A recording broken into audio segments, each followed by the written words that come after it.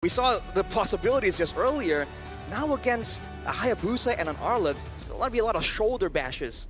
Yeah, absolutely. It's good against them, just bad against the Jushin. So it's kind of like balance, as all things should be. Yeah. Shout out Stanos, also purple. Also purple.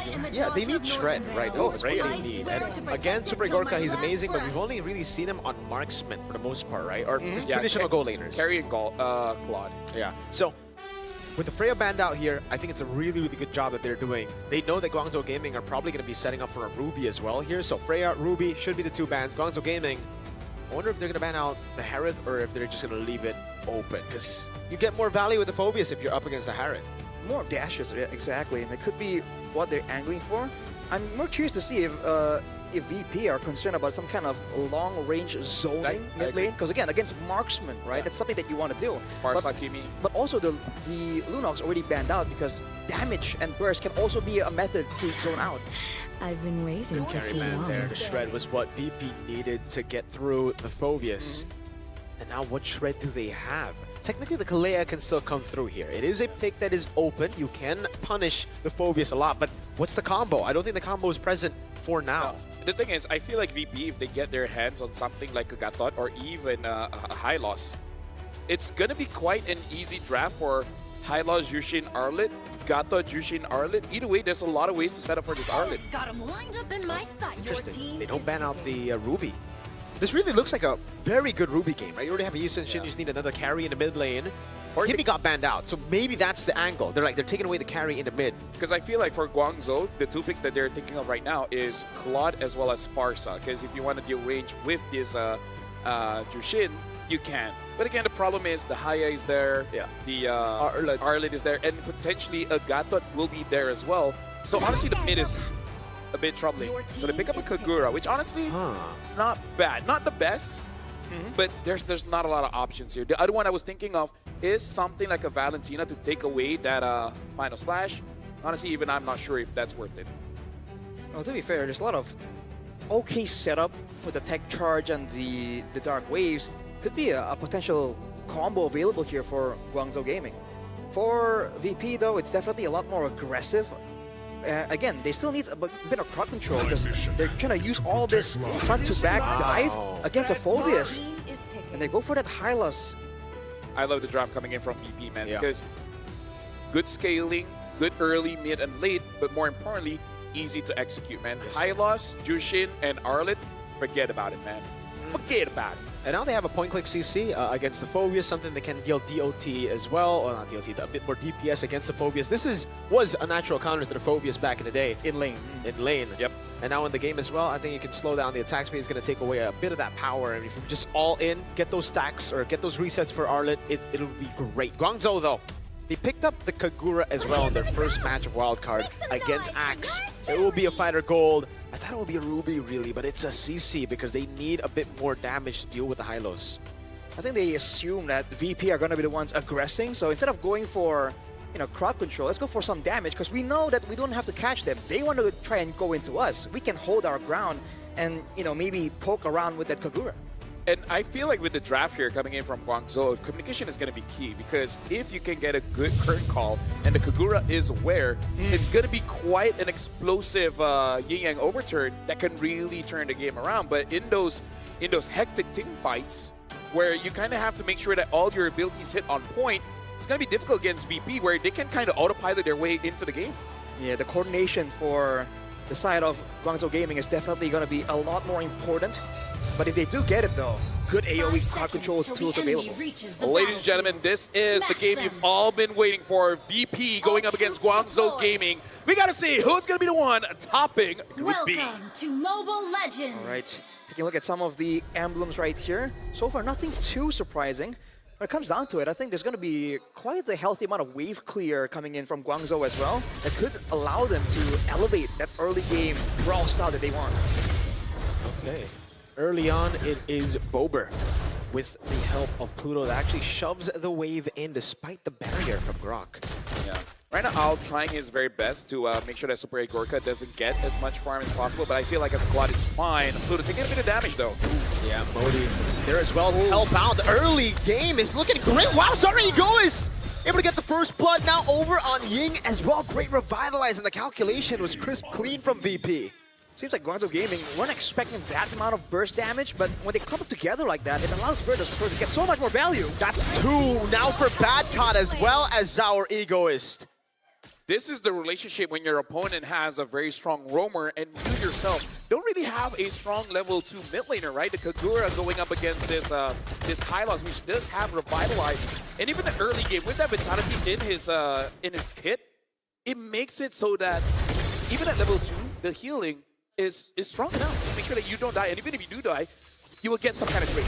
Look at the gank, knowing that Modi is going to be aggressive in this matchup. They gank up top, and in a 2v1, it's Badcott who has another 2 on Arlet.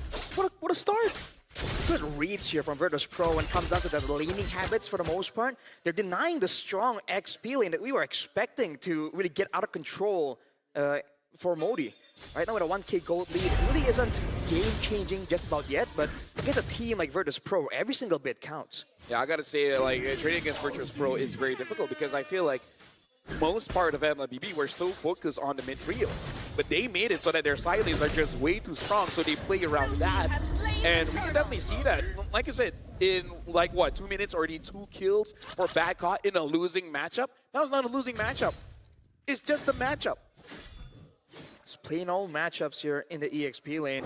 Guangzhou still has a chance to turn this around if they can get a good team fight. Again, the big combos, but look at this.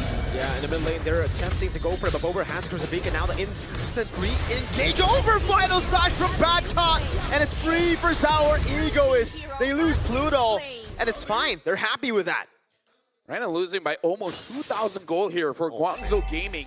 Oof. They got to make their timing faster than they want to, right? I feel like for the next turtle, it has to be a 5-man fight for that objective and try to win it out. If you cannot contest for the turtle, I think it's still fine.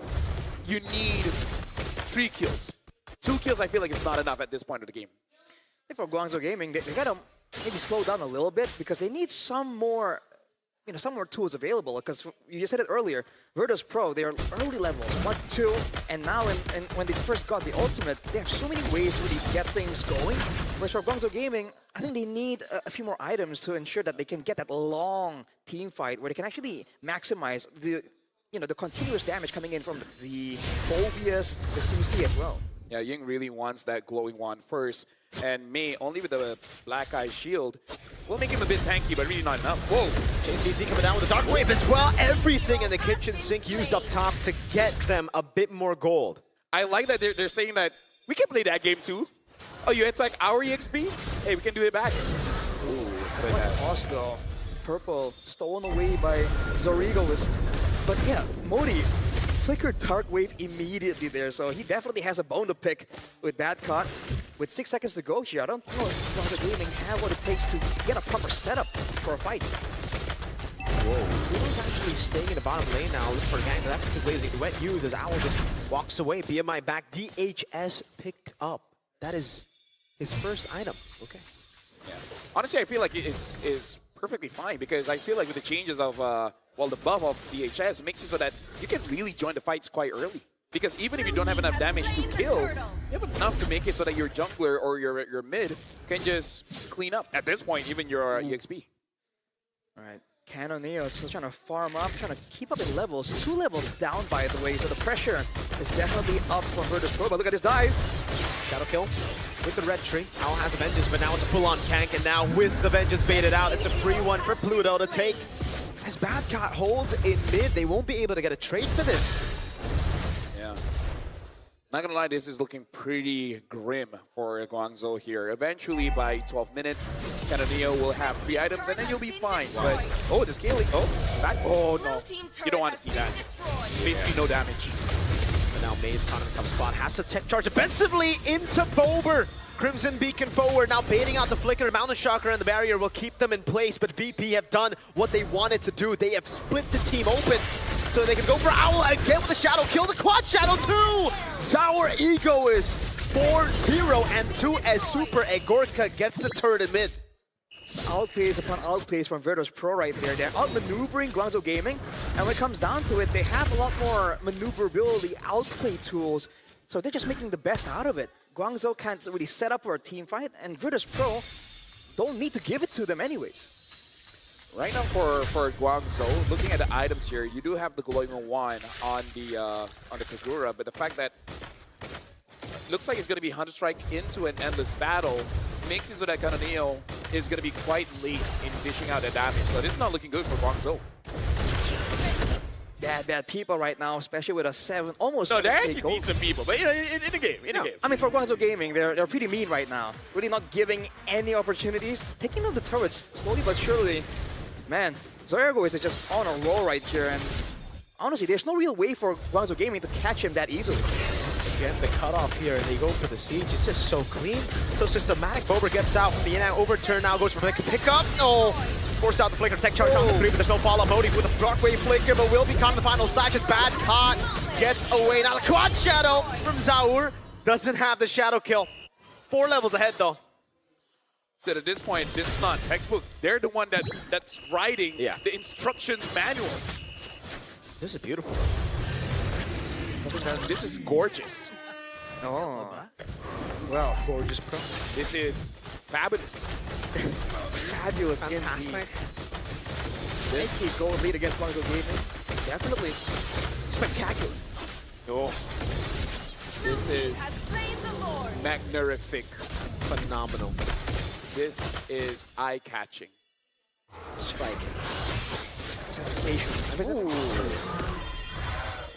Dominate from first kill with a real me 15 pro. Yeah, Yes, there you sir. go. Adding it with a sponsor. Yes, sir. That's Right. a pro move. Is there an angle for a comeback here is the question. Guangzhou Gaming, they adapt really well. They might be looking for some kind of catch. If they can stop Zoregoist, I think that's the first step they have to kind of figure out. Because so far, they've been trying to use Modi and Mei to try and set something up. But Modi in particular, Virtus Pro are literally saving crowd control tools, knowing that if we stop Modi, you know, the rest of the guys can't really do much anyways. Looking at the items, nah.